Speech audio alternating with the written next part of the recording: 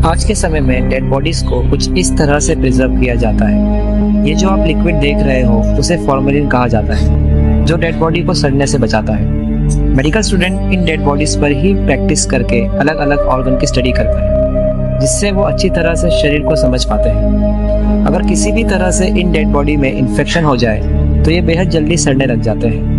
और ऐसा कई बार देखा जाता है कि इतने मॉडर्न टेक्निक्स और केमिकल का यूज करने के बाद भी डेड बॉडीज टाइम से पहले ही डिकम्पोज होने लग जाते हैं, यानी सड़ने लग जाते हैं। जहां हम डेड बॉडीज को आज भी ठीक तरह से प्रिजर्व करने में मुश्किलों को फेस कर रहे हैं, वहीं हमारे आचार्यों ने हजारों साल पहले ही इस टेक्निक में महारत हासिल कर ली थी। सो गाइस, आज की वीडियो में हम देखने वाले हैं एंशिएंट इंडिया में जो वैद्य हुआ करते थे वो डेड बॉडीज को किस तरह से प्रिजर्व करते थे। मेरा नाम है अभिषेक और आप देख रहे हैं वेद विद्या।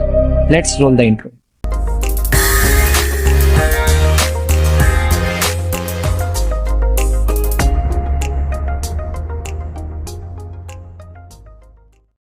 डेड बॉडी के प्रिजर्वेशन के बारे में आचार्य सुश्रुत ने अपने ग्रंथ सुश्रुत संहिता में डिटेल में वर्णन किया है। आचार्य सुश्रुत को सर्जरी का जनक माना गया है। इन्होंने कैटरेक्ट सर्जरी से लेकर प्लास्टिक सर्जरी जैसे कॉम्प्लेक्स सर्जरीज को परफॉर्म किया था। साथ ही में अपने ज्ञान को अपने स्टूडेंट को पास ऑन करने के लिए उन्होंने डेड बॉडी के प्रिजर्वेशन के बारे में अपने बुक सुश्रुत संहिता में चैप्टर नंबर 5 श्लोक नंबर 61 में किया है।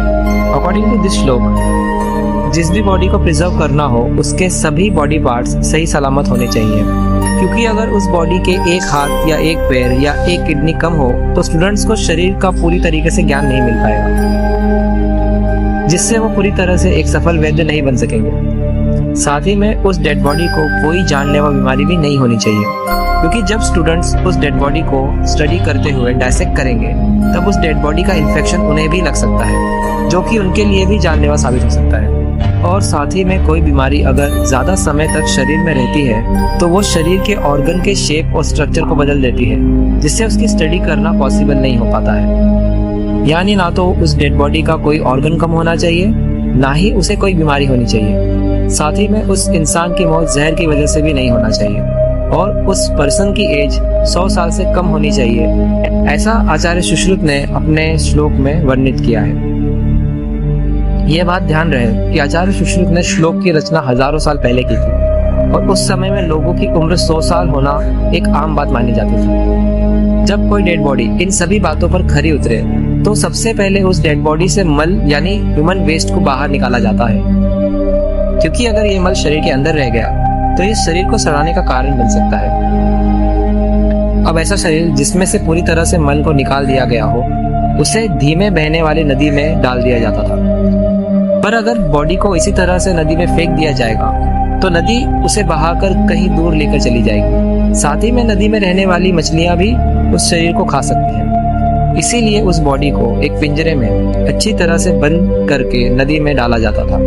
साथ ही में उस पिंजरे को भी किसी पेड़ से बांध दिया जाता था, ताकि वो पिंजरा कहीं बहकर दूर ना चला जाए। यहाँ पर आचार्य सुश्रुत ने ये सलाह देते हुए कहा था कि ये सारा काम अप्रकाश्य देशे यानी ऐसी जगह पर किया जाना चाहिए जहाँ आम लोग का आना जाना ना हो, क्योंकि किसी भी साधारण आदमी के लिए ये सब देख पाना बेहद ही मुश्किल काम हो सकता है। अब इस डेड बॉडी को 7 रातों तक नदी में ही छोड़ दिया जाता था। नदी का पानी धीरे धीरे उस बॉडी में जाकर उसे नरम बना देता था, जिससे उसका डाइजेशन करना आसान हो जाता था। 7 दिन के बाद आचार्य अपने सभी स्टूडेंट को इस डेड बॉडी को डाइसेक्ट करना सिखाते थे, और साथ ही में उन्हें ये आदेश भी देते थे कि उन्होंने जो कुछ भी ग्रंथों में शरीर के बारे में पढ़ा है उसे इस शरीर के अंदर भली भांति देख लें।